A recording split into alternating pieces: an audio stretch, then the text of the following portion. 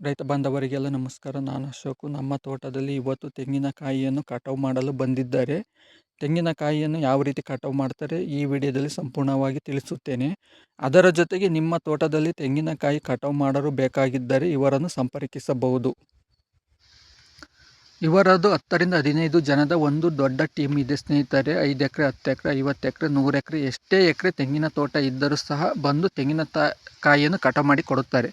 ನಿಮಗೆ ಕೂಲಿ ಲೆಕ್ಕದಾಗಾದರೂ ಬಂದು ಕಟಾವು ಮಾಡಿ ಕೊಡುತ್ತಾರೆ, ಅಥವಾ ಗುತ್ತಿಗೆ ರೂಪದಲ್ಲಾದರೂ ಬಂದು ನಿಮ್ಮ ತೆಂಗಿನಕಾಯಿಯನ್ನು ಕಟಾವು ಮಾಡಿ ಕೊಡುತ್ತಾರೆ.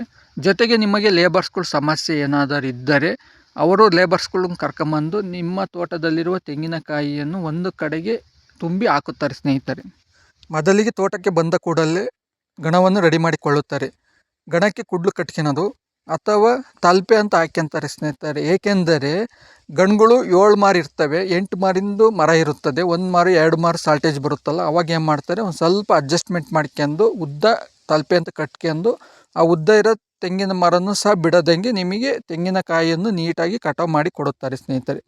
ಎಷ್ಟೇ ದೊಡ್ಡದಾಗಿರಲಿ ಮರಗಳು, ಅಟ್ಲೀಸ್ಟ್ ಅವ್ರ ಕೈಗೆ ಎಷ್ಟಾಗುತ್ತೋ ಅಷ್ಟು ಸಾಧ್ಯವಾದಷ್ಟು ದೊಡ್ಡವಾದ ಮರಗಳನ್ನು ಸಹ ಬಿಡದೆ 1, 2, 3 ಏನೂ ತೆಂಗಿನಕಾಯಿ ಬಿಡಲ್ಲ ಸ್ನೇಹಿತರೆ. ಎಷ್ಟು ಬೇಕೋ ಅಷ್ಟು ಬಂದಿರೋ ತೆಂಗಿನಕಾಯಿಯನ್ನು ಎಲ್ಲವನ್ನು ಕಟಾವು ಮಾಡಿ ಕೊಡುತ್ತಾರೆ. ಮತ್ತು ನಿಮಗೇನಾದರೂ ಕೊಬ್ಬರಿ ತೆಂಗಿನಕಾಯಿ ಬೇಕಾ ಅಂತ ಹೇಳಿದರೆ ಕೊಬ್ಬರಿಗೆ ಹಾಕೋಂಥ ತೆಂಗಿನಕಾಯಿನೂ ಕಟಾವು ಮಾಡಿ ಕೊಡುತ್ತಾರೆ. ಅಥವಾ ಮಾರಕ್ಕೆ ಬೇಕಾಗಿರುವಂಥ ತೆಂಗಿನಕಾಯಿ ಕಟಾವು ಮಾಡಿ ಕೊಡಿ ಎಂದರೂ ಸಹ ಅವರು ಮಾರೋಂಥ ತೆಂಗಿನಕಾಯಿಯನ್ನು ಕಟಾವು ಮಾಡಿ ಕೊಡುತ್ತಾರೆ.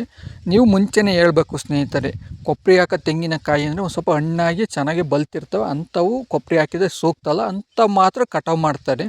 ಮಾರಕ್ಕಾದ್ರೂ ಒಂದು ಸ್ವಲ್ಪ ಹೆಚ್ಚು ಕಮ್ಮಿ ಆದರೂ ನಡೀತೈತೆ ಸ್ನೇಹಿತರೆ. ಆ ಕಾರಣದಿಂದ ನೀವು ಮುಂಚೆನೇ ಹೇಳ್ಬೇಕು ಸ್ನೇಹಿತರೆ. ಹೇಳಿದರೆ ಎಲ್ಲ ನೀಟಾಗಿ ತೆಂಗಿನಕಾಯಿಯನ್ನು ಕಟಾವು ಮಾಡಿ ಕೊಡುತ್ತಾರೆ ಸ್ನೇಹಿತರೆ.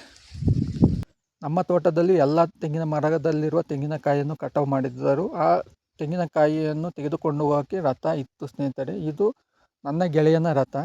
ಅವನು ಏನೋ ಕೆಲಸದಾಗೆ ಬ್ಯುಸಿಯಾಗಿದ್ದ, ಆ ಕಾರಣದಿಂದ ನೀನೇ ಟ್ಯಾಕ್ಟ್ರಿ ತಗೊಂಡು ಹೋಗು ಅಂತ ಹೇಳ್ದೆ. ಅದಕ್ಕೆ ನಾನೇ ಟ್ಯಾಕ್ಟ್ರಿ ತೋಟಕ್ಕೆ ತಂದಿದ್ದೆ ಸ್ನೇಹಿತರೆ. ಇಬ್ಬರು ಲೇಬರ್ಸ್ಗಳು ಸಹ ಬಂದಿದ್ದರು. ಏಕೆಂದರೆ ತೆಂಗಿನಕಾಯಿ ಕಟಾವು ಮಾಡಿದ ಮೇಲೆ ಅದನ್ನೆಲ್ಲ ಪುಟ್ಟಿ ತುಂಬಬೇಕು, ಪುಟ್ಟಿ ತುಂಬಿ ಎತ್ತಿ ಟ್ಯಾಕ್ಟ್ರಿಗೆ ಹಾಕ್ಬೇಕಾಯ್ತು. ಹಂಗಾಗಿ ಇಬ್ಬರು ಲೇಬರ್ಸ್ಗಳ್ನು ಬರೋಕ್ಕೆ ಹೇಳಿದ್ದೆ ಸ್ನೇಹಿತರೆ. ಅವರು ತಂದು ಎಲ್ಲ ಟ್ಯಾಕ್ಟ್ರಿ ಒಳಗೆ ತುಂಬಿದ್ರು ಸ್ನೇಹಿತರೆ.